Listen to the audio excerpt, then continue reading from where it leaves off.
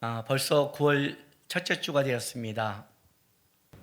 9월 달에는 우리가 코로나 바이러스가 다 끝날 줄 알았는데 우리가 이 더 심각한 상황에서 영상으로 예배 드리게 됐습니다. 우리 성도님들 언제 끝날까 생각하지 말고 그냥 예배하면서 우리 주어진 길을 한 걸음 한 걸음 가겠다. 하나님의 은혜가 우리를 끌어갈 것이다 라는 그 고백을 가지고 오늘도 주님 앞에서 또 감사하는 마음을 가지고 예배 드렸으면 좋겠습니다. 다 같이 묵상 기도함으로 예배 올려드리겠습니다.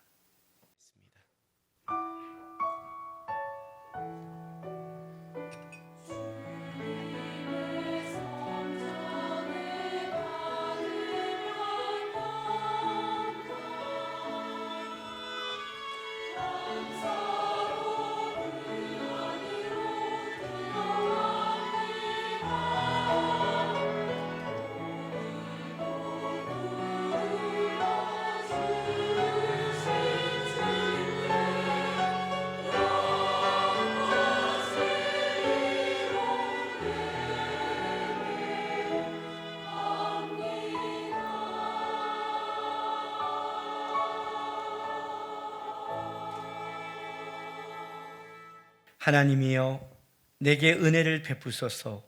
내게 은혜를 베푸소서.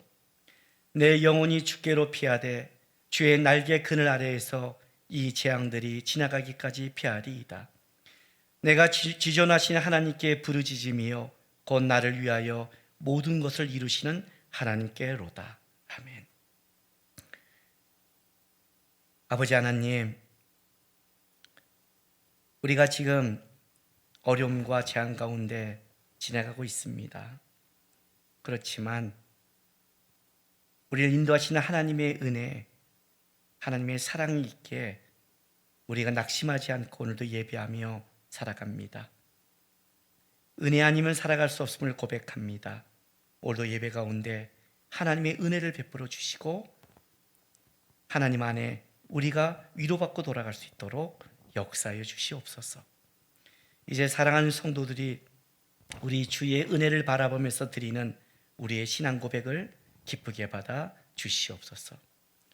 전능하사 천지를 만드신 하나님 아버지를 내가 믿사오며 그 외아들 우리 주 예수 그리스도를 믿사오니 이는 성령으로 잉태하사 동정녀 마리아에게 나시고 본디오 빌라도에게 고난을 받으사 십자가에 못 박혀 죽으시고 장사한 지 사흘 만에 죽은 자 가운데서 다시 살아나시며 하늘에 오르사 전능하신 하나님 우편에 앉아 계시다가 저리로서 산자와 죽은 자를 심판으로 오시리라. 성령을 믿사오며 거룩한 공예와 성도가 서로 교통하는 것과 죄를 사하여 주시는 것과 몸이 다시 사는 것과 영원히 사는 것을 믿사옵나이다. 아멘. 교동문 77번입니다. 교동문 77번 우리 다 같이 함께 교독하겠습니다. 하나님이 세상을 이처럼 사랑하사 독생자를 주셨으니 이는 그를 믿는 자마다 멸망하지 않고 영생을 얻게 하려 하심이라. 하나님이 그 아들을 세상에 보내신 것은 세상을 심판하려 하심이 아니요 그로 말미암아 세상이 구원을 받게 하려 하심이라.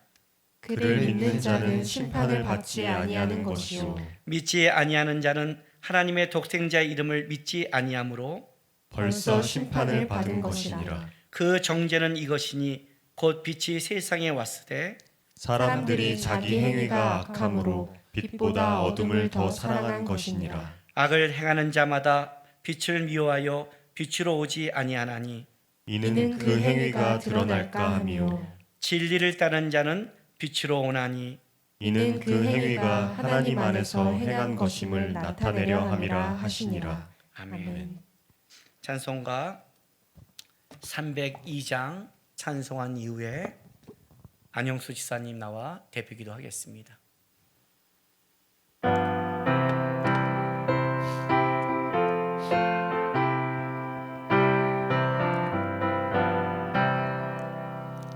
내 주 하나님 넓고 큰 은혜는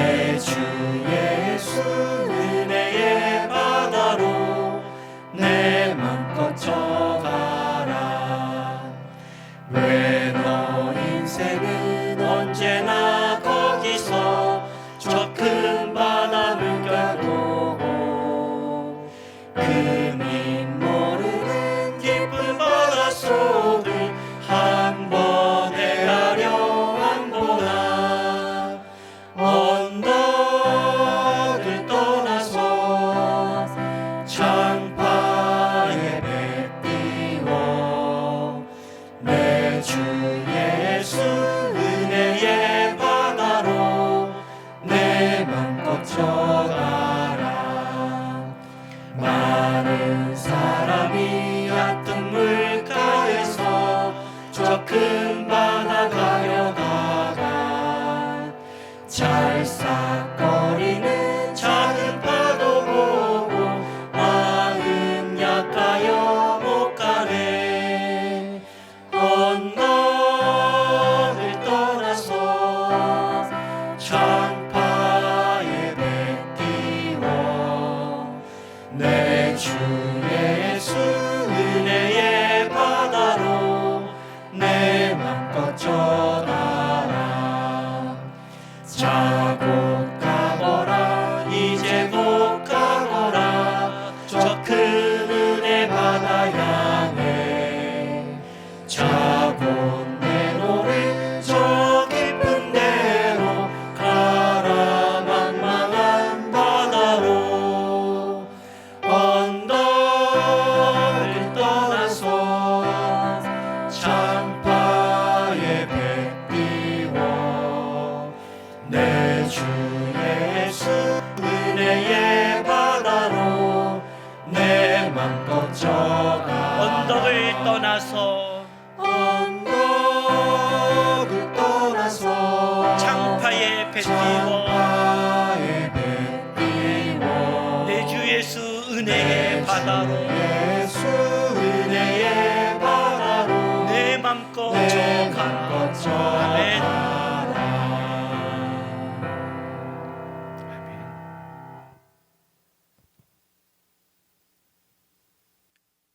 하나님 아버지, 한 주간 주님의 은혜 안에 살아갈 수 있도록 허락해 주셔서 감사합니다. 그리고 이렇게 영상으로 예배 드릴 수 있음에 감사합니다.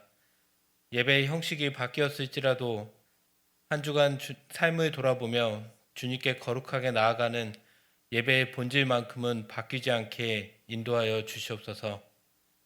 좀처럼 끝나지 않는 코로나가 우리 삶의 많은 부분을 바꾸었다고들 하지만 주님을 만나서 변화된 우리 삶과 비교할 바가 아닙니다. 주님 만나고 송두리째 바뀐 우리 인생을 묵상할 때 지금의 불편해진 삶은 시편 기자의 말씀처럼 그저 헛것 같고 지나가는 그림자와 같습니다. 주님, 코로나 이전이나 지금이나 그리고 이후나 죄악된 세상에서 살아가는 우리 삶은 여전히 공고하며 광야와 같고 늑대의 소굴에 들어가는 양과 같으니 오직 주님만 믿고 의지하며 나아갑니다. 분토와 같은 세상의 변화에 집중하는 것이 아니라 태고적부터 나를 선택하여 부르시고 오늘도 여전히 이끌어주시는 주님께 집중하게 하시옵소서. 우리 영혼에 새겨진 주님의 십자가 사랑과 인치심이 영원까지 함께 하시리라 믿습니다. 또한 혼란한 때를 틈타 선동하는 많은 거짓 선지자들의 말과 글에 현혹되지 않도록 저희 모두를 붙들어 주시옵소서. 혼인잔치를 준비하는 신부의 마음으로, 주인을 기다리며 2달란트를 남긴 종의 마음으로, 그리고 온종일 기다리다 한 데나리온의 품삯을 받은 품꾼의 마음으로 주님 다시 오시는 마지막 때를 준비하며 살아가게 하시옵소서. 코로나 사태만 끝나면 모든 것이 평화롭게 그 전으로 돌아갈 것이라는 교만한 마음이 아니라 지금 나와 내 가정이 믿음을 지키는 싸움을 준비하지 않으면 코로나 이후 바람에 나는 겨와 같이 무너질지 모른다는 염려와 위기의 마음으로 믿음을 반석 위에 다지는 시간이 되게 하시옵소서. 주님이 세우신 교회에 실패도 헛된 수고도 없음을 믿습니다. 비록 코로나 사태로 크고 작은 수많은 교회가 문을 닫더라도 오랜 시간 동안 목사님과 성도님들의 희생으로 말미암아 세상에 뿌리 내려진 말씀의 씨앗이 언젠가 뿌리 내리고 열매 맺히리라 믿습니다. 부디 그분들의 가정과 삶을 주님 붙들어 주시고 우리 또한 그 말씀의 씨앗이 열매 맺음에 동참할 수 있도록 주변과 이웃을 사랑으로 실천하게 하시옵소서. 이제 김남근 목사님의 입술을 통해 살아있는 주님의 말씀을 듣습니다. 어느 때보다 귀한 이 시간 주님 집중하게 하시옵고 각자에게 말씀하시는 주님의 음성을 듣는 시간으로 채워 주시옵소서. 코로나로 지친 영혼들에게는 치유와 안식의 시간, 막혀버린 생계에 낭망하는 영혼들에게는 회복과 새 희망을 갖는 시간, 방황하는 청년들에게는 삶의 방향을 다시금 주님께 맞추는 시간 되게 하시옵소서. 그 외 주님만 아시는 이유로 절망과 고통 속에 있는 모든 영혼들에게 힘이 되는 시간 되게 하시옵소서. 이 모든 말씀 사랑하는 예수님의 이름으로 기도드렸습니다.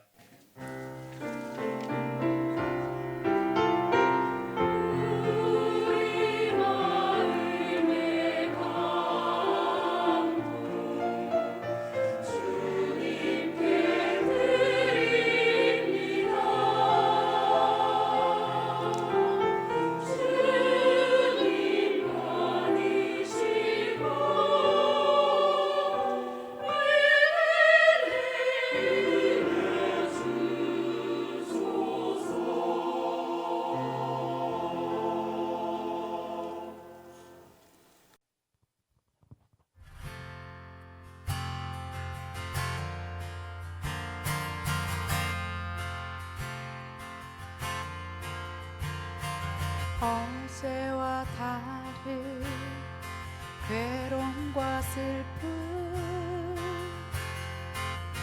깊은 탄식에 기도할 수 없고,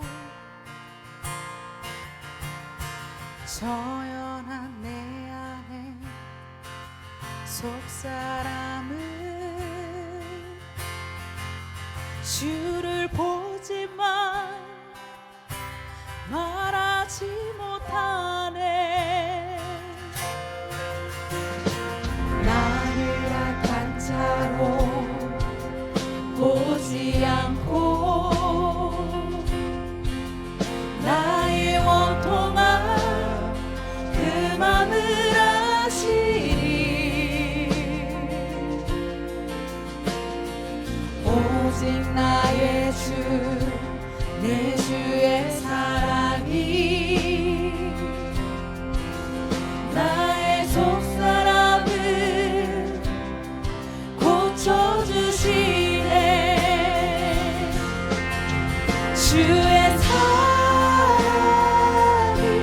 목마름 채우고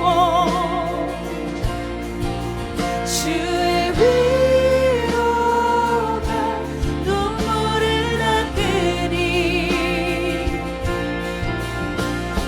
주님의 은혜가 필요한 이 땅에서 이곳에서 주와 함께 노래하리라.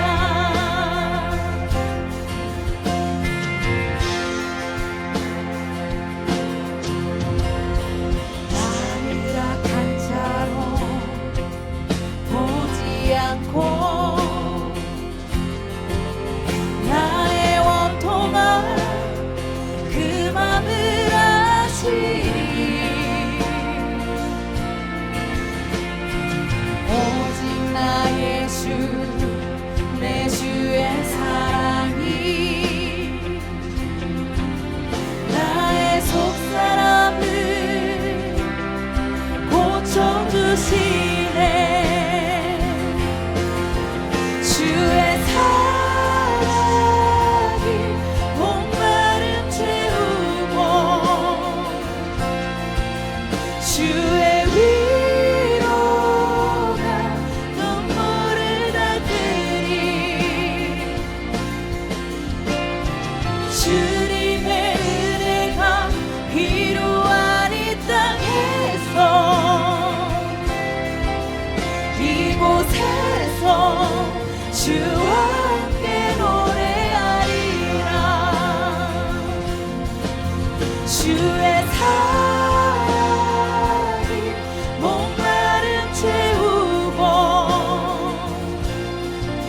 주의 위로가 눈물을 닦으리. 주님의 은혜가 필요한 이 땅에서 이곳에서 주와 함께 노래하리라. 주의 사랑이 목마름 채우고 주의 위로가 눈물을 닦으리 주님의 은혜가 필요한 이 땅에서 이곳에서 주와 함께 노래하리라 주님의 은혜가 필요한 이 땅에서 이곳에서 주와 함께 노래하리라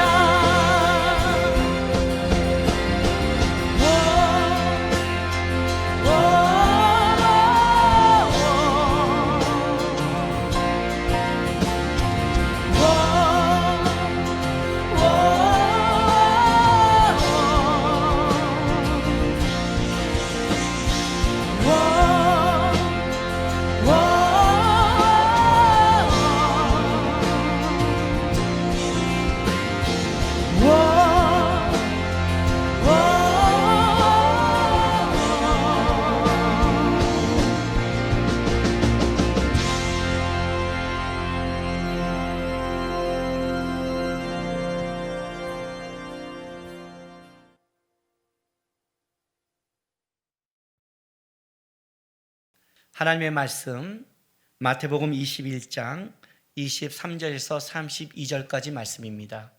우리 한 절씩 교독하겠습니다. 예수께서 성전에 들어가사 가르치실 때 대제사장들과 백성들의 장로들이 나와 이르되 내가 무슨 권위로 이런 일을 하느냐 또 누가 이 권위를 주었느냐 예수께서 대답하시되 나도 한 말을 너희에게 물으리니 너희가 대답하면 나도 무슨 권위로 이런 일을 하는지 이르리라. 요한의 세례가 어디로부터 왔느냐 하늘로부터냐 사람으로부터냐 그들이 서로 의논하여 이르되 만일 하늘로부터라 하면 어찌하여 그를 믿지 아니하냐 할 것이요 만일 사람으로부터라 하면 모든 사람이 요한을 선지자로 여기니 백성이 무섭다 하여 예수께서 대답하여 이르되 우리가 알지 못하노라 하니 예수께서 이르시되 나도 무슨 권위로 이런 일을 하는지 너희에게 이르지 아니하리라. 그러나 너희 생각에는 어떠하냐 어떤 사람에게 두 아들이 있는데 맏아들에게 가서 이르되 오늘 포도원에 가서 일하라 하니 대답하여 이르되 아버지 가겠나이다 하더니 가지 아니하고 둘째 아들에게 가서 또 그와 같이 말하니 대답하여 이르되 실소이다 하였다가 그 후에 뉘우치고 갔으니 그 둘 중에 누가 아버지의 뜻대로 하였느냐 이르되 둘째 아들이니이다. 예수께서 그들에게 이르시되 내가 진실로 너희에게 이르노니 세리들과 창녀들이 너희보다 먼저 하나님의 나라에 들어가리라. 요한이 의의 도로 너희에게 왔거늘 너희는 그를 믿지 아니하였으되 세리와 창녀는 믿었으며 너희는 이것을 보고도 끝내 뉘우쳐 믿지 아니하였도다. 아멘. 이제 오늘 우리가 읽은 이 본문, 이 말씀 마태복음 21장 23절부터 이제 마태복음 26장 16절까지, 그러니까 23, 24, 25, 26장까지 하는 긴 이 몇 가지의 말씀은 예수님께서 고난주간 화요일에 했던 말씀입니다. 그러니까 마태복음이 총 28장으로 돼 있는데 그중에 오늘 21장 23절부터 26장 그 초반까지 이렇게 이날이 화요일날 고난주간 화요일날 하신 말씀이라면 그 화요일날 예수님께서 진짜 많은 말씀을 그때 이제 유언처럼 가르쳐 준 거죠. 그 시작이 오늘 어떤 말씀이냐면 이제 권위에 대한 문제로 오늘 말씀이 시작되는 겁니다. 그런데 여러분 이제 오늘 이 말씀을 가지고 예수님께서 하신 이제 권위에 대한 것이 뭔가를 오늘 본문을 좀 풀기 전에 우리가 좀 그 상황을 좀 이해했으면 좋겠어요. 여러분 우리가 영화를 보거나 또 드라마를 보거나 이렇게 보면 우리가 글로 이렇게 상상하고 이렇게 추리도 하고 생각도 하고 들어가잖아요. 그렇게 그 시대로 들어가면 그냥 객관적인 게 아니라 좀 더 내가 그 상황을 느껴지잖아요. 오늘 예수님께서 이제 화요일 날 나와서 이 대제사장들과 여기는 장로들에게 당신이 무슨 권위로 또 그 권위를 누가 줬냐는 이 질문부터 오늘 말씀이 시작되는데, 일단 그 전날 뭐가 있었냐면 예수님께서 성전 청결 사건이 있었습니다. 이 굉장한 사건이죠.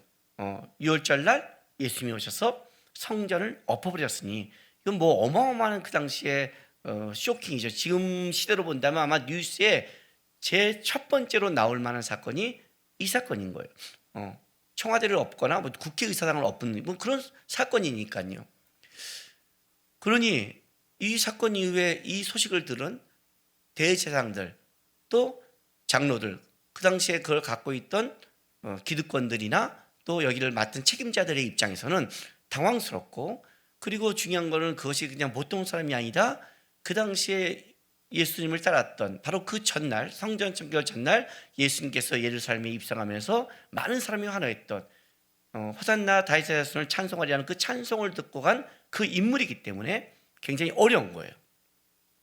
그냥 얘기하기도 어렵고, 왜냐하면 그러기에는 너무나 많은 사람이 따르고, 근데 그 사람이 자기들의 가장 근거가 되는 것을 엎어버렸기 때문에 이제 싸움이 시작되는 거죠. 너가 무슨 근거로? 근거 싸움에 들어간 거예요. 그런데 이제 그거는 이제 대제사장과 장로들의 입장이고, 그걸 따라가는 제자들은 여기서 또 하나의 모습을 보고 있는 거예요.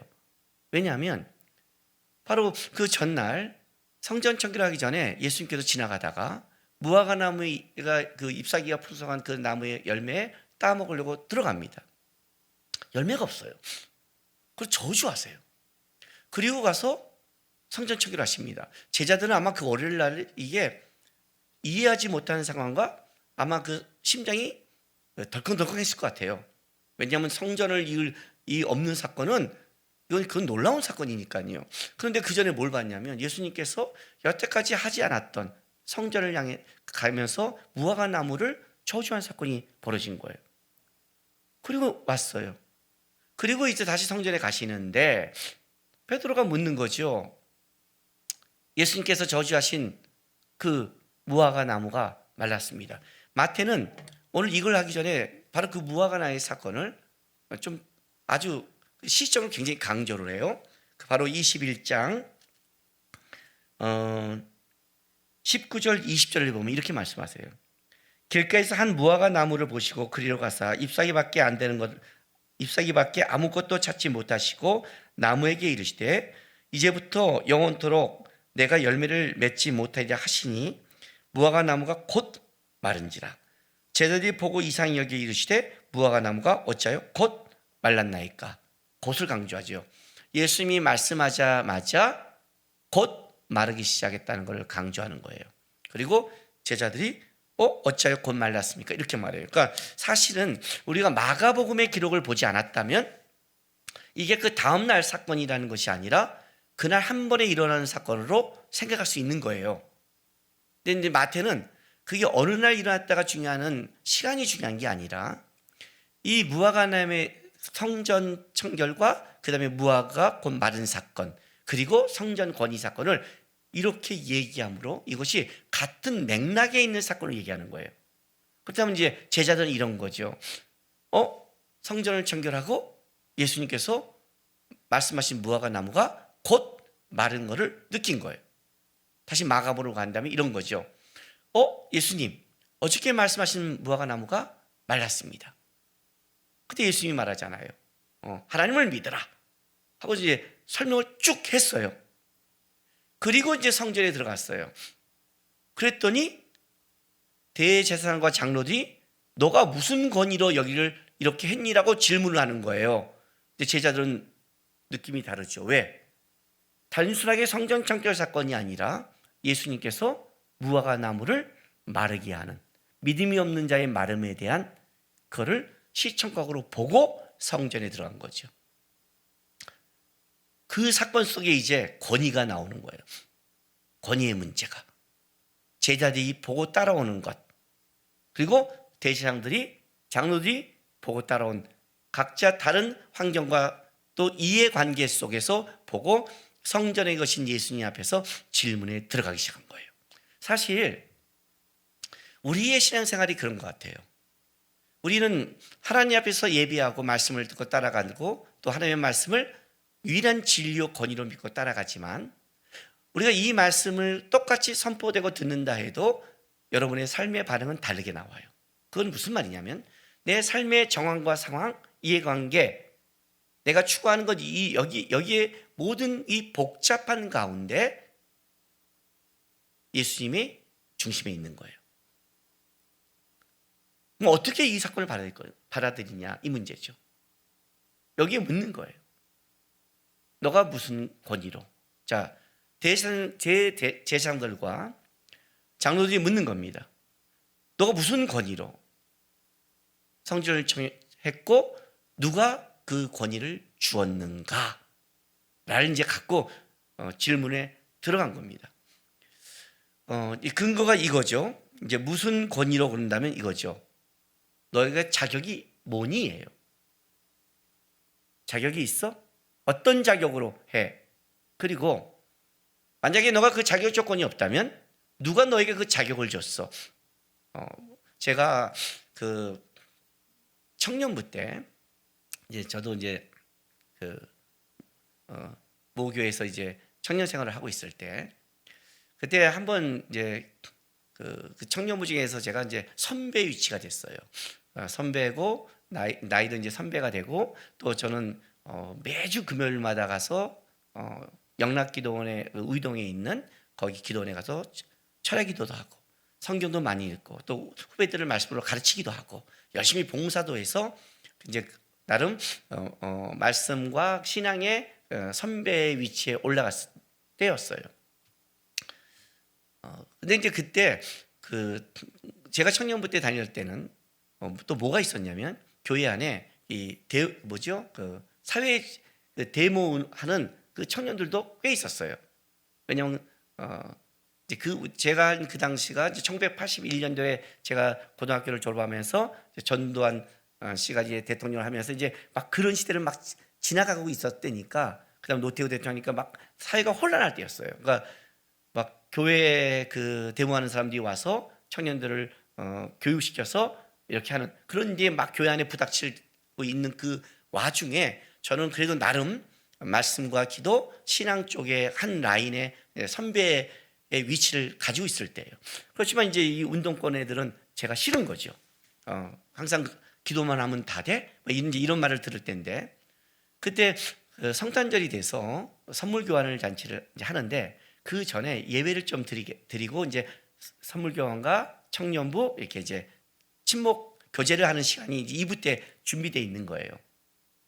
근데 이제 청년부 목사님이 그날 좀 바쁘셔서 뭐 그냥 청년부 예배도 아니고 선물 교환이 그땐 주잖아요. 성탄절 2부니까 그 일부 간단하게 예배 드리는 시간이 있어서 그 설교를 저한테 맡겼어요. 그냥 니네가 하는 거니까 남국이 니가 좀 이렇게 말씀 전하고 이렇게 하고 그다음에 임원들이 하고 했어요. 그래서 제가 거기 설교를 하게 됐어요.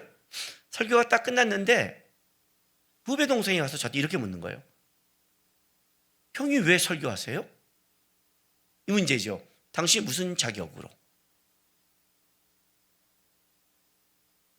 왜 형님이 거기서 전도사도 아니고 아무 자격이 없는데 왜 하세요? 딱 묻는 거예요. 그래서 제가 걔한테 이렇게 말했어요. 일단 내가 설교한 내용 중에 성경적 문제가 잘못된 게 너가 있니? 내가 하나님의 말씀을 근거로 나눈 게 혹시 너가 틀려서 이런 게 있니? 아니요. 그럼 누군 됐어? 그게 중요한 게 형이 왜요? 부목사님이 오늘 이래서 나한테 하라고 했어.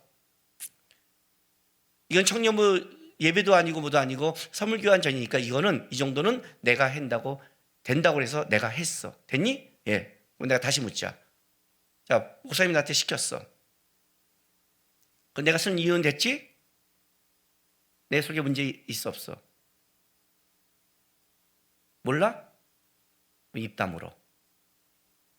그러면 그 후배가 저한테 왔을 때 진짜 목사님이 서야 되는데 어떻게 저 자리에 청년이 쓸 수 있어 하는 그런 문제로 얘기했을까요? 아니면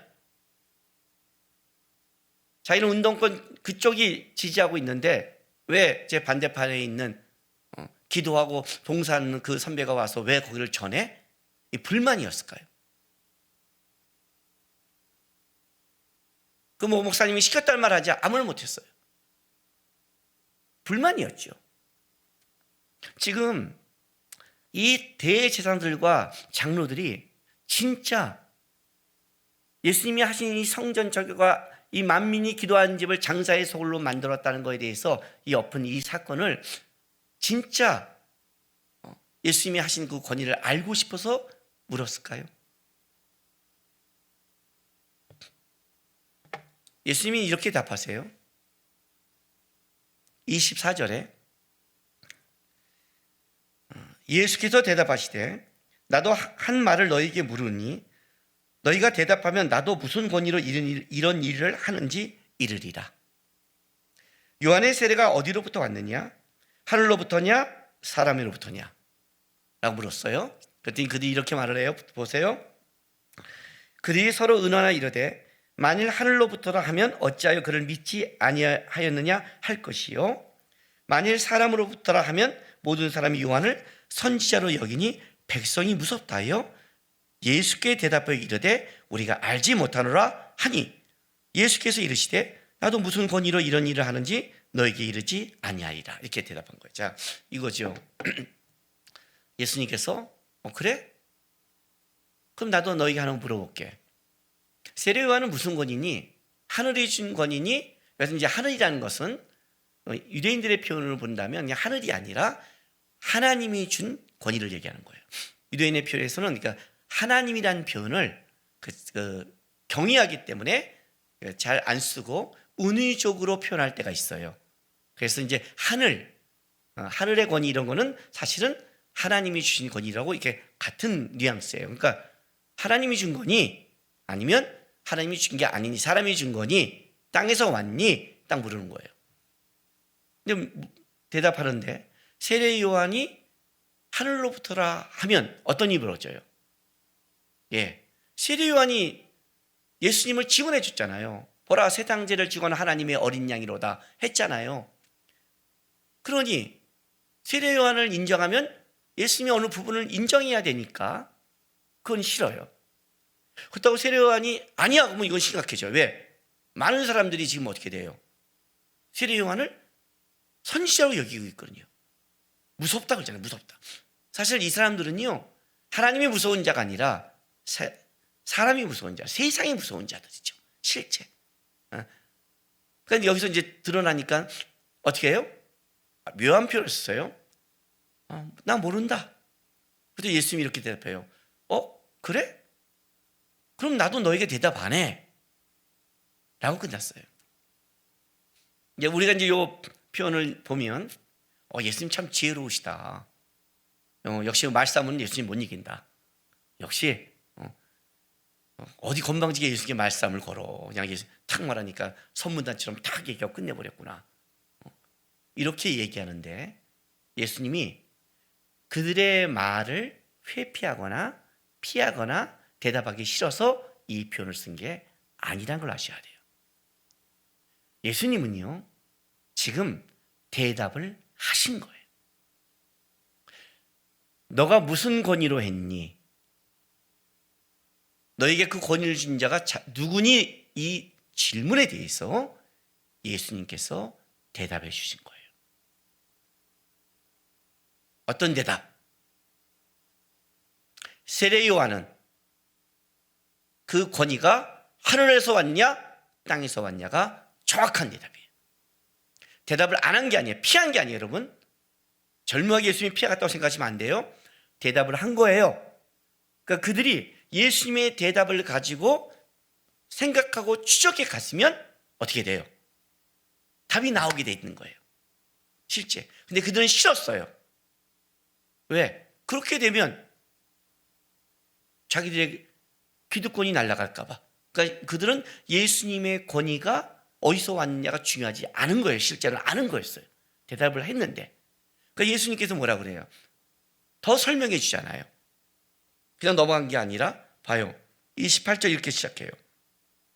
이러지 아니하라. 그럼 됐다 하고 끝나고 가면 되는데 예수님께서 그들이 모른다 그러니까 그들에게 대답 안 한다고 하고 그 듣고 있는 제자들과 다른 사람들, 무화과 나무의 잎이 그 열매 없는 무화과 나무의 잎에 대해 저주해서 뿌리채 마른 걸 보고 오는 그 제자들, 그들에게 있어서 예수님은 어떠냐? 권위가 완전히 다르죠. 예, 나무 일을 향해 저주했는데 그것이 이루는 그분은 아니에요. 그분이 이제 묻는 거예요. 그러나 너희 생각에는 어떠하냐? 무슨 말이에요? 생각해봐라. 생각해봐라. 쟤네는 지금 생각 안 하는데 너희는 좀 생각 좀 해봐라. 어떠한지. 자, 두 아들, 형제 비유가 나와요. 어떤 사람에게 두 아들이 있는데 마다른 가서 이르되 예 오늘 포도원에 가서 일하라 하니 대답하되 아버지 이르되 아버지 나는 가겠나이다 하더니 가지 아니하고 둘째 아들에게 가서 또 그와 같이 말하니 대답하여 이르되 실소이다 하였다가 그 외에 뉘우치고 갔으니 그 둘 중에 누가 아버지의 뜻대로 하였느냐 이르되 둘째 아들이니이다. 예수께서 그들에게 이르시되 내가 진실로 너에게 이르노니 새들과 창녀들이 너희보다 먼저 하나님 나라에 들어가리라. 이제 요걸 쓰면 세리와 창기가 둘째 아들이죠. 하나님 앞에 잘 살지도 못하고 반항하고 살다가 어떻게 돼요? 그러나 나중에 순종하는 자들, 그죠? 첫째 아들은 오늘 이 질문한 대제사장, 장로, 바리새인들이죠. 그들은 항상 하나님의 말씀을 따르고 순종하고 성전에서 뭘 하고 종교형의 행위를 하고 있지만 겉모습은 네 하지만 예배를 드릴 때는 아멘, 설교를 듣도 아멘, 성경을 봐도 아멘, 큐티에도 아멘, 그 앞에서는 아멘 하지만 실제 삶에서는 no. 하나님의 권위를 받고 싶지 않은 거예요. 왜? 내 삶에서 하나님의 권위를 따르면 어떤 일이 벌어져요? 손해를 보니까, 이익을 놓치니까. 그들이 하나님의 권위, 하나님의 뜻, 하나님의 것을 얘기할 때는 다 어떤 거예요? 그들의 이득과 연결되거나 신앙의 멋짐과 이야기됐을 때, 그럴 때 되잖아요.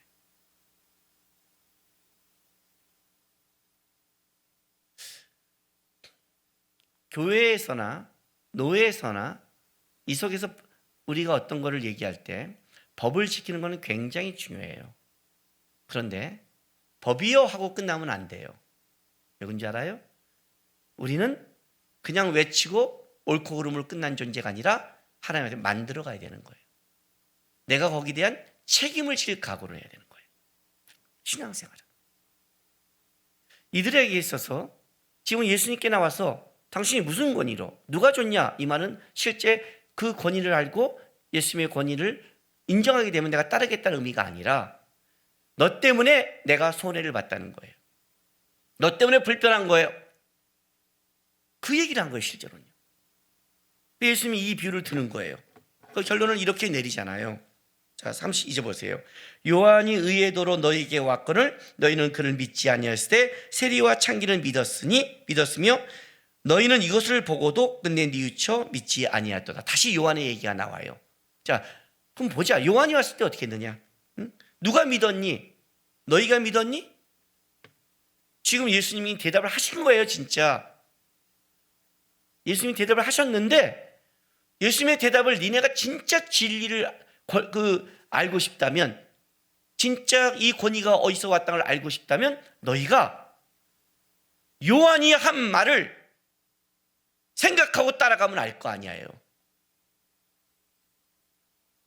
예수님이 그들에게 대답을 피해서 너희가 나한테 대답하지가 나도 대답 안 해.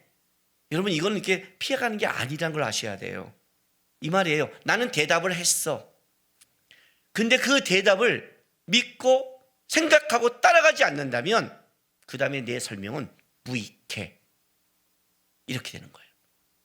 왜냐하면 그들이 예수님께 나왔을 때 너가 무슨 자격으로 했을 때부터 벌써 그들은 예수님이 준 그 권위에 대해서 인정할 마음이 없다는 걸 알고 계신 거죠.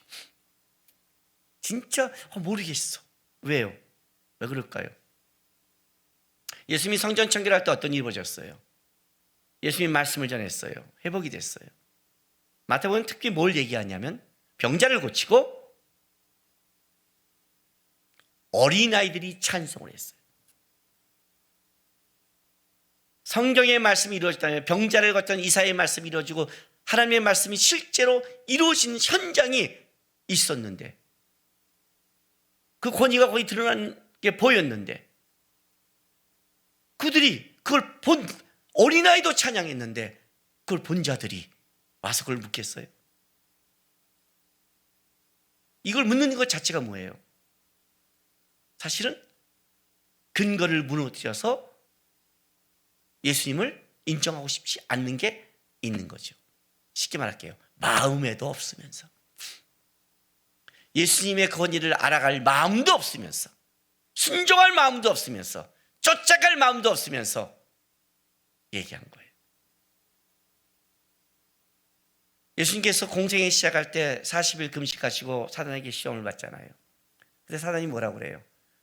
네가 하나님의 아들이면 성전 꼭대기에서 뛰어내려라. 그러면 천사가 와서 받들어 줄 것이다. 예수님이 거절하죠. 왜요? 예수님이 뛰어내리면 천사가 안 받쳐줘요? 그래? 너 그럼 믿을 거야? 오케이, 내가 뛰어내릴게 하고 뛰어내리면 천사가 받쳐주면 진짜 하나님의 아들이었네요 하고 사단이 승복할 것 같아요? 예수님이 아닌 걸 알았어요. 내가 하나님의 아들을 보여주면 믿을 마음도 없으면서 따라올 마음도 없으면서 시험한 거잖아요. 예수님이 거절해요. 왜요? 천사가 받쳐주든 안 받쳐주든 뛰어내린 것 자체가 하나님을 시험하는 거니까. 나는 하나님의 아들이야. 왜 내가 너한테 그걸 증명해야 돼? 왜 내가 하나님 너가 시킨 대로 해야 돼? 왜 내가 하나님의 아들을 네 말을 따라가야만이 증명 그게 어딨어? 나는 아니야.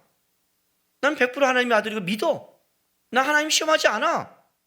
네가 나한테 조롱하고 비아냥거려도 나는 하나님 100% 신뢰해.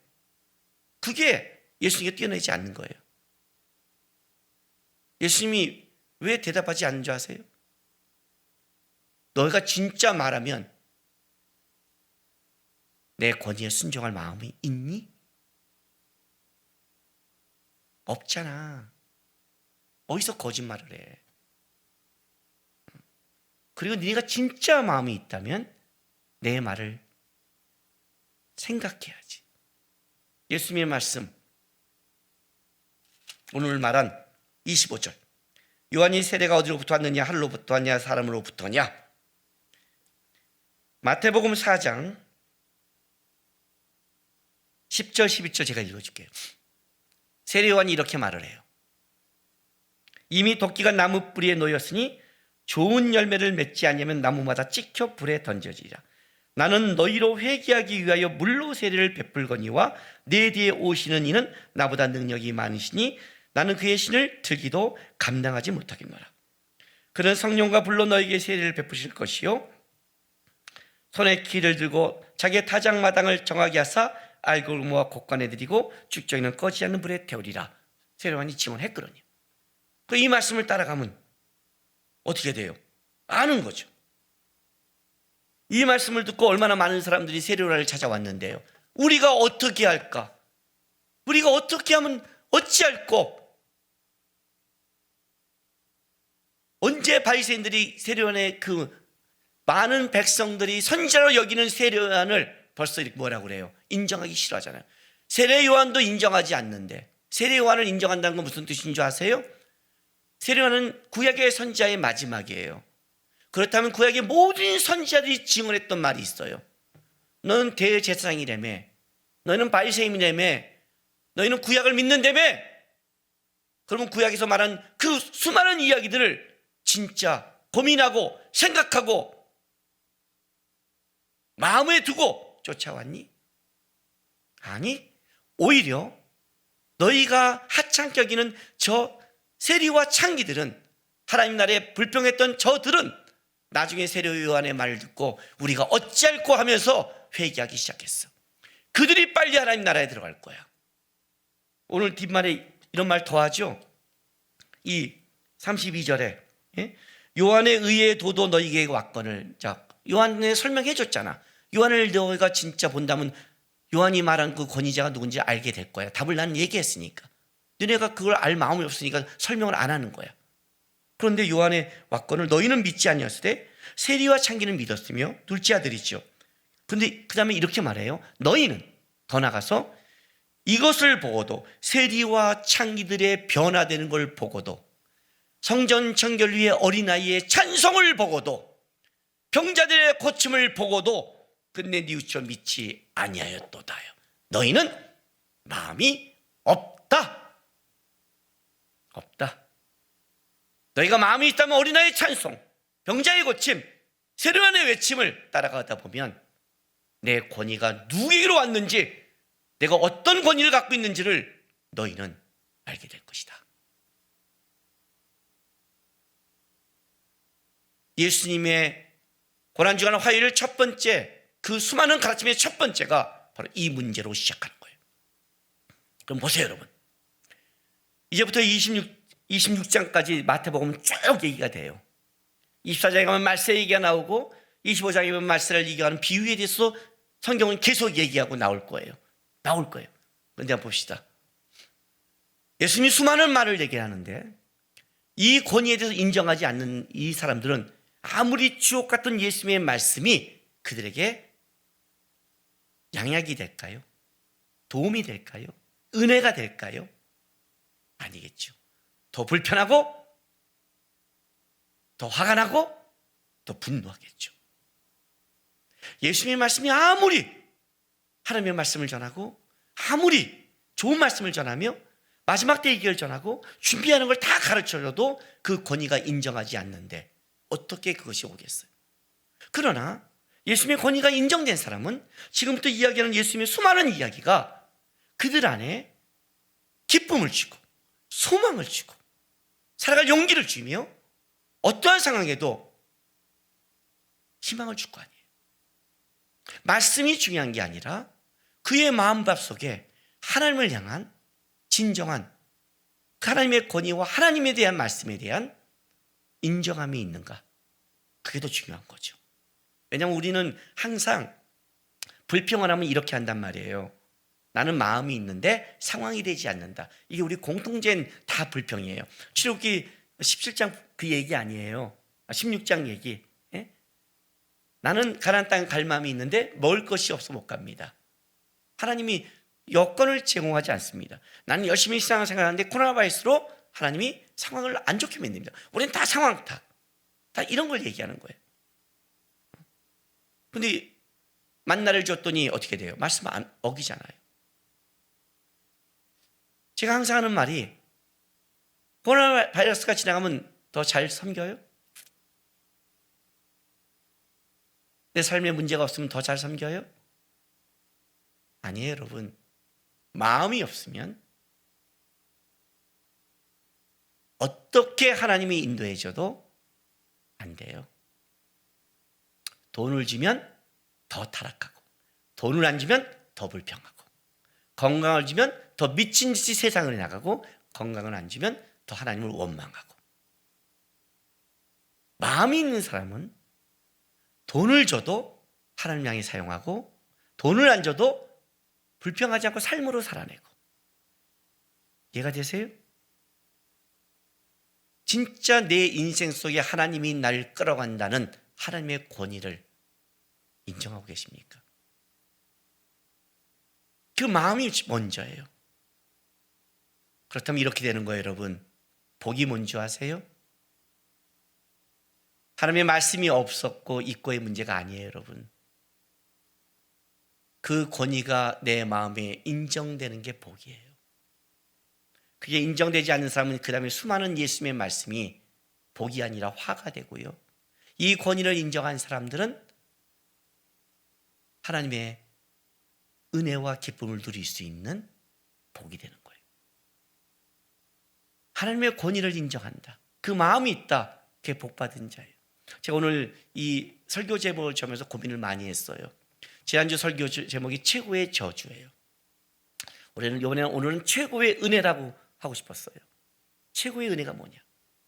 근데 그 제목을 바꾼 이유가 뭐냐면, 아무리 최고의 은혜를 베풀어도 은혜가 안 되는, 은혜가 은혜되는 방법은 하나님의 예수님의 권위를 내 삶 속에 인정하며 내 삶을 이해하지 못한 길을 끌어간다 할지라도 주님이 나와 평생 함께 하시고 만들었 거를 고백하며 하나님의 권위 아래서 오늘 나에게 주어진 삶을 살아간다면 그게 최고의 은혜가 되는 거고, 아무리 예수님이 말씀하고 얘기하고 설명해도 그 마음을 받을 마음이 이 대제사장처럼 없다면 그건 은혜가 안 되는 거예요. 여러분, 은혜가 없어서 안 되는 게 아니라 은혜를 받을 마음이 안 돼서 없는 거예요. 여러분, 마음이 안 돼서. 여러분 안에 나는 예수님 안에 권위 안에 살 마음이 있습니다 라고 한다면 여러분 지금 어려워도 그 길을 가세요. 주님의 은혜를 만들 거예요. 그 마음이 은혜예요. 내 마음밭을 보셔야 돼요. 나는 진짜 마음이 있는가? 손해볼 마음이 있는가? 어렵게 살 마음이 있는가? 돌아갈 마음이 있는가? 견딜 마음이 있는가?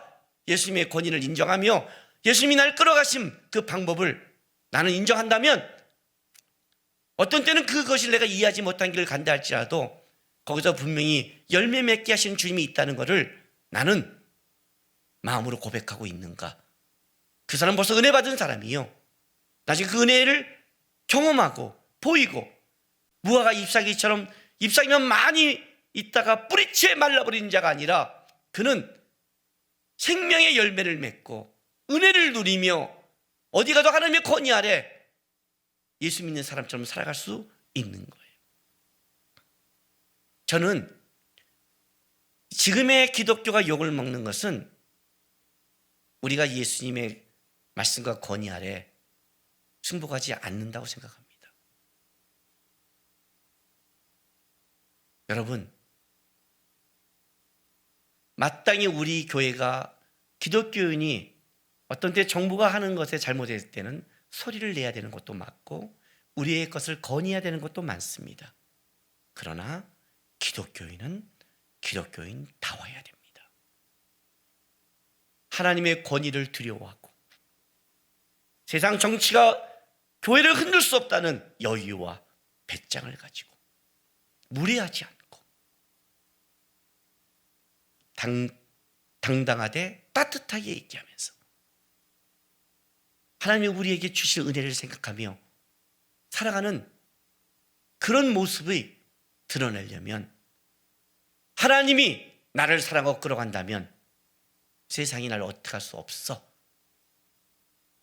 그 마음을 가지고 세상을 향해서 우리가 베풀고 기다려주고 같이 가주고 도와주고 할 수 있는 거예요.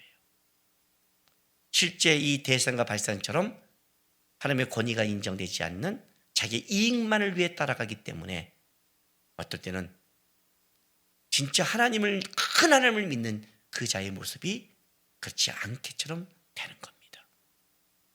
다시 한번 점검합시다, 여러분. 나는 어려워도 힘들어도 이해하지 못한 길을 가도 하나님 나를 지키시오. 나는 하나님의 권위 안에 있는 자녀야. 나는 주님 앞에 바라보면서 주님을 배우고 따라갈 거야. 그럴 마음이 있는지, 아니면 마음은 없으면서 잎사귀만 무성한 무화과 나무처럼 겉모습의 신앙생활로 속은 흔들리고 있는 그런 자인지 점검하고 다시 이 시대의 권위자시고 이 시대를 끌어가시는 만왕의 왕 하나님 앞에 무릎 꿇고 기도하면서 세상과 다른 모습으로 우리가 이 시대를 견디며 이겨내는 멋진 그리스도인이 되시기를 주님의 이름으로 바랍니다. 기도하겠습니다. 이 시간 우리 다 같이 기도했으면 좋겠습니다. 하나님, 마음을 주십시오. 제 마음밭을 보게 도와주십시오. 혹시 상대가 나에게 실수하고 잘못했다 할지라도 내 안목에 그것이 틀려 보일지라도 세상 사람처럼 이렇게 너 무슨 권위를 줬어? 자격이 있어? 이렇게 묻는 자가 아니라 진짜 그를 찾아가고 하나님의 마음으로 닮아갈 수 있는, 하나님의 마음으로 보고 하나님의 마음으로 보여줄 수 있는, 나는 그런 마음이 진짜 하나님 앞에 있는지 아니면 내 마음이 급한지 하나님 보기에 도와주시고 주님의 마음을 배워가는, 주의 권위 안에 살아가는 그리스도인 되게 도와달라고 이 시간 다 같이 우리 기도하면서 나가겠습니다. 기도하겠습니다. 거룩하신 우리 아버지 하나님 감사합니다. 오늘도 우리가 주 앞에 예배며 나갑니다. 하나님 우리의 왕이십니다. 주님 우리의 주이십니다.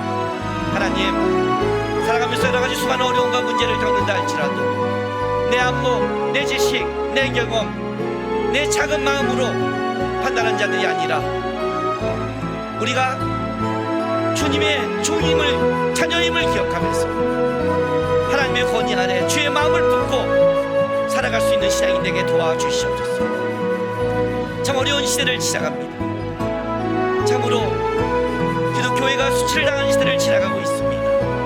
이럴수록 우리가 또 주님 앞에, 주의 권위 앞에 무릎 꿇게 하시고 세상의 기준이 아니라 주님의 기준 안에서 살아가게 도와주옵소서. 넉넉하게 도와주옵소서. 좁아지지 않게 도와주옵소서. 진짜 하나님을 따라갈 수 있는, 하나님을 향한 이 마음이 다시 한번 회복되고 불타오를 수 있도록 하나님 은혜를 내려 주시옵소서. 주님 도와주십시오. 주님.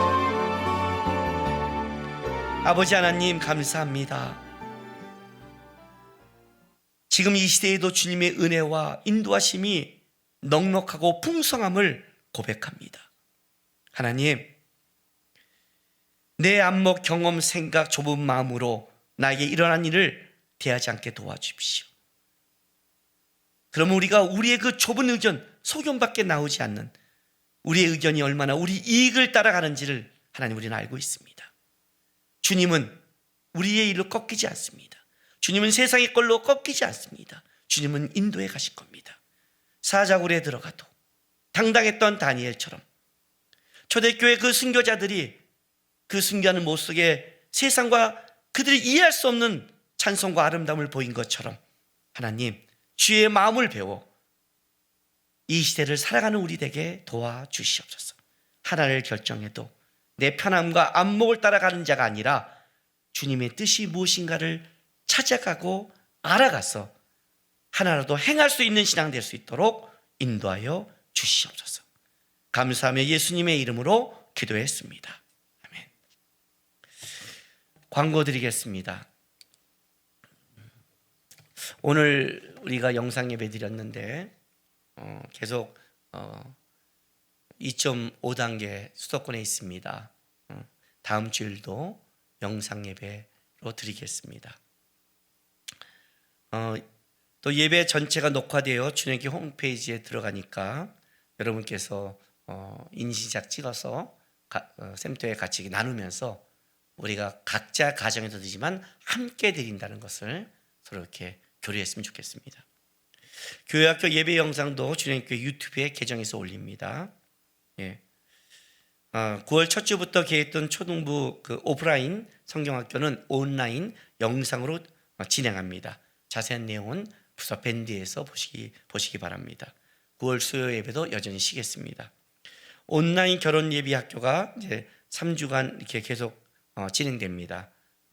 그리고 부모 학교는 다음 주부터 진행되니까 여러분 그 링크에서 강의 전 이틀 전부터 이렇게 발송되니까 이제 준비해서 강의로 들으시기 바랍니다. 온라인 양육학교 10월 달에 하는 것이 교회 홈페이지에 여러분 보시고 확인하시기 바랍니다. 10월 달에 있는 양육학교도 줌으로 하겠습니다. 그래서 여러분 여기 일정이 2020년도 10월 5일부터 11월 14일까지 6주 과정인데 신청하셔서 9월 6일부터 27일까지 신청하셔서 여러분 꼭 공부하시기 바랍니다. 이럴수록 우리 그 이사야 전도사 김희진 사모가 8월 29일 토요일 날 아들을 출산했습니다. 축하해 주시고요. 우리 교회 성도 임주숙 성도 부친이 8월 28일 금요일에 별세하셨습니다. 특별히 이제 임주숙 성도 아버님은 우리가 그 후원하고 있는 우크라이나 임광태 선교사님 부친이기도 합니다. 아시는 분은 위로해 주시기 바랍니다. 돌로스 훈련학교가 원래 9월 8일부터 시작하는데 나라의 그 방침에 따라 또 연기를 하는데 9월 말이 또 추석이 껴 있더라고요. 그래서 또 어떻게 할까 하다가 올 가을에는 DT만을 하는 걸로 결정을 해서 아예 추석 지나서, 그리고 추석 지나면 또 갔다 와서 사람들 또 위험 기간이 있을 수 있잖아요. 그래서 그냥 쭉 지나서 아예 10월 20일 날 완전히 안정된 다음에 DT를 하려고 합니다. 그러니까 원하시는 분들은 이때까지 해서 하시고 안 되신 분들은 취소하시기 바랍니다. 해외에 있는 선교사 사역자를 위해 기도 부탁드리겠고요. 마쿠스 모교회 예배도 코로나19 이제 감염증 이 추가 확진 방지를 위해서 영상으로 드리는데 맑은 생각 강축교회 아니라 더 축소해서 지금 10명 우리가 이해하니까 한 6, 7명 해서 앞에는 한두 달만 서서 그렇게 예배를 준비해서 목요일 날 올립니다. 기도에 부탁드리고 예배로 여러분 함께 참여해 주시기 부탁드리겠습니다. 또 한 가지 광고 제가 드린다면, 우리 진행교회 이 예배는 미리 녹화된 영상 예배입니다. 그래서 혹시 모르시는 보면 이렇게 어떻게 설교하고 기도해, 그런데 아무도 없는 본당에서 제가 영상만 바라보면서 우리 그 영상팀은 저 뒤에 있는 방에 있거든요. 거기서 이제 촬영하면서 설교하고 또 기도원자는 기도와서 기도하고 특성자는 또 특성하고 또 같은 날 또 안 하기도 하고 딴 날 하기도 하고 이렇게 해서 녹화 영상으로 나가고 있으니까 여러분 오해 없으시기 바랍니다. 제가 저렇게 영상만 보면서 하는 게 참 적응될 것 같은데 항상 낯섭니다. 왜냐하면 이 설교라는 게 성도를 보면서 해야 되는데 이 시절을 지나가고 있습니다. 어쨌든 그렇게 아시고 여러분들 녹화 예배라는 걸 기억해 주시기 부탁드리겠습니다. 세상이 아무리 흉흉해도 하나님의 은혜를 막을 수 없습니다. 아담의 범죄 후에 우리 모두는 은혜로 살아갑니다. 믿음이 있다는 것은 하나님의 은혜가 끊이지 않고 그에게 온다는 겁니다. 우리 최고의 축복이 믿음이라는 걸 기억하시면서 하나님 한 주도 믿음으로 살겠습니다 하는 마음으로 우리 620장 여기에 모인 우리 찬송하겠습니다.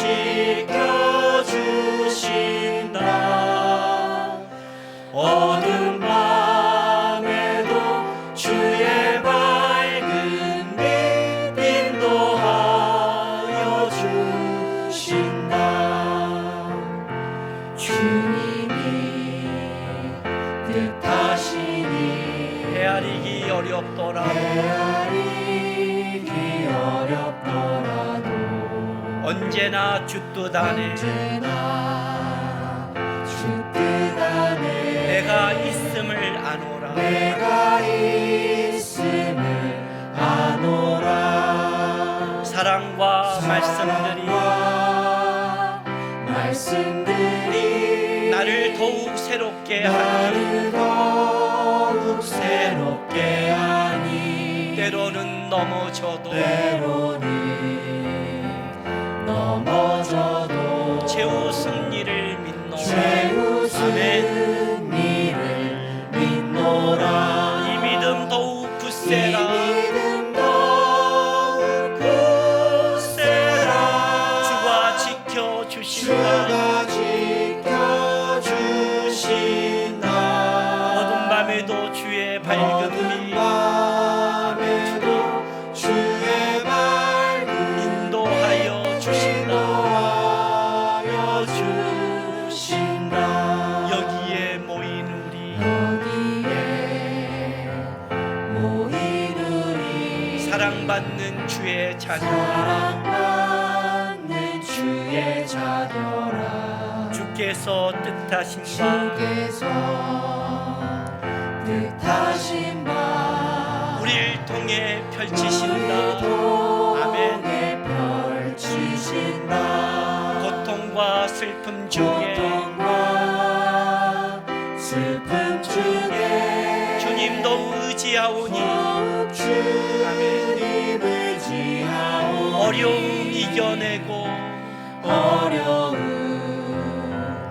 이겨내고 주님 더욱 찬양하라. 주님 아멘. 더욱 찬양하라. 이 믿음 더욱 굳세라. 주가 지켜주신다. 어두운 밤에도 주의 밝음이 인도하여 주신다. 이 믿음 더욱 굳세라. 이 믿음 아멘. 더욱 굳세라. 주가 지켜주신다. 주가 지켜주신다.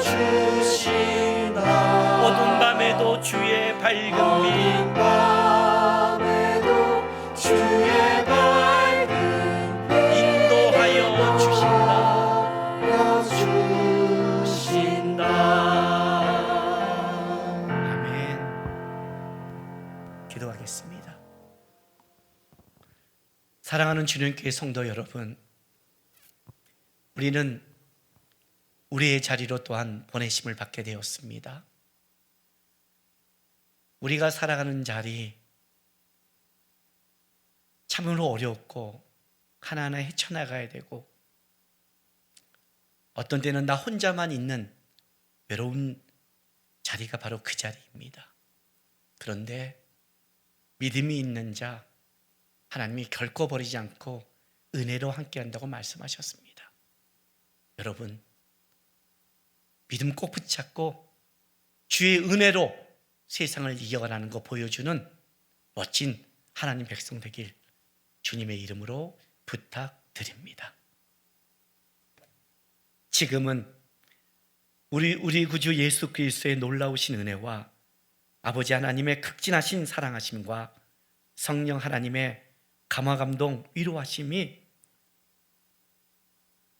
하나님의 은혜를 사모하고 그 은혜 안에 살겠다고 다짐하는 모든 하나님의 백성들의 삶과 이들의 가정과 일터, 교회와 나라 위에 지금부터 영원토록 함께 있을지어다.